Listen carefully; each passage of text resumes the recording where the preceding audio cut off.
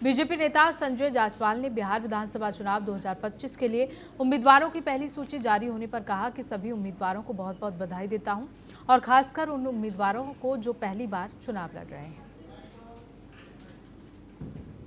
सिवान से मंगल पांडे चुनाव लड़ेंगे। हमारे सबसे प्रमुख चेहरे हैं और दोनों चुनाव लड़ रहे हैं।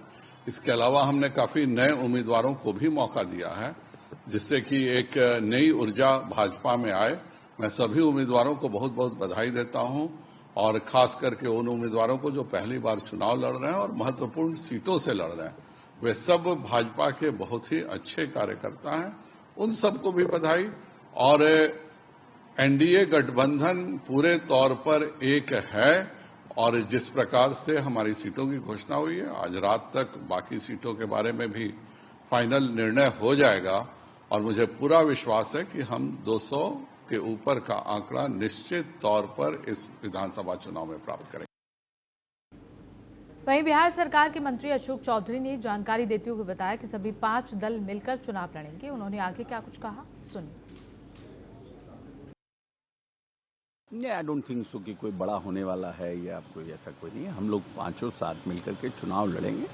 होता है ना कि हर पॉलिटिकल पार्टी के लीडर के पास वर्कर्स होता है, व्हेन ही फील्स हो जाता है, चल रहा है। I think it will get resolve today, by today it will get resolve. जो भी बात होता है वो तो आपस में एडजस्ट करके ही बात होता है ना। मतलब ऐसा तो है नहीं कि कोई एडजस्टमेंट पे सब लोग जो भी हमारे यहाँ से बात कर रहे हैं या एलजेपी से जो लोग बात कर रहे हैं, ये सब मिल के वो करते हैं ना बातचीत, और सीटों पर एडजस्टमेंट होता है। तो वहीं आगामी बिहार विधानसभा चुनाव में बीजेपी नेता संजीव चौरसिया को एक बार फिर दीघा विधानसभा सीट से उम्मीदवार घोषित किया गया है, जिसके बाद उनके आवास पर उनके समर्थकों में जश्न का माहौल देखने को मिला। बीजेपी नेता संजीव चौरसिया ने पार्टी का धन्यवाद करते हुए कहा कि पार्टी ने उन पर फिर भरोसा किया है और वो इस भरोसे पर खरे उतरेंगे।